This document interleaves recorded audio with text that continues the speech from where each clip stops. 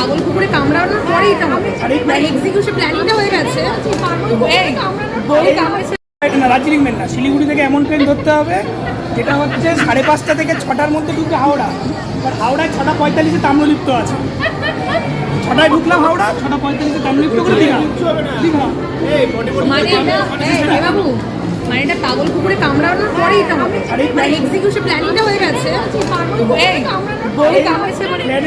তোর বউ কামড়েছে বলে তুই এই প্ল্যানিংটা করেছিস, এক্সিকিউশন করে পাগলা কুকুর কামড়ানোর পর।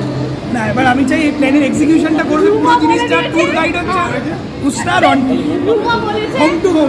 এই শোনো, রুমা বলেছে কি আমি আর ব্যাচেলর ছেলেদের সঙ্গে যাবো না ট্রিপে, আমার এটা শেষ ট্রিপ আর প্রথম ট্রিপ।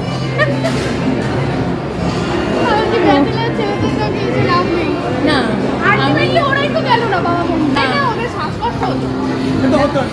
না আমি তো কথা বলছি, আমাদের মেন ব্যাপারটা কি আমাদের ব্যাক টু ব্যাক হয়ে গেছে। আমাদের যদি ব্যাক টু ব্যাক না, আমরা যদি ওই দিনকে না যেতাম না, আমি মনে আমরা আছে যদি বাবা একটা মন্দিরটা কথা না যেতাম। বলেছিলাম প্রথম ট্যুরে যখন শুরু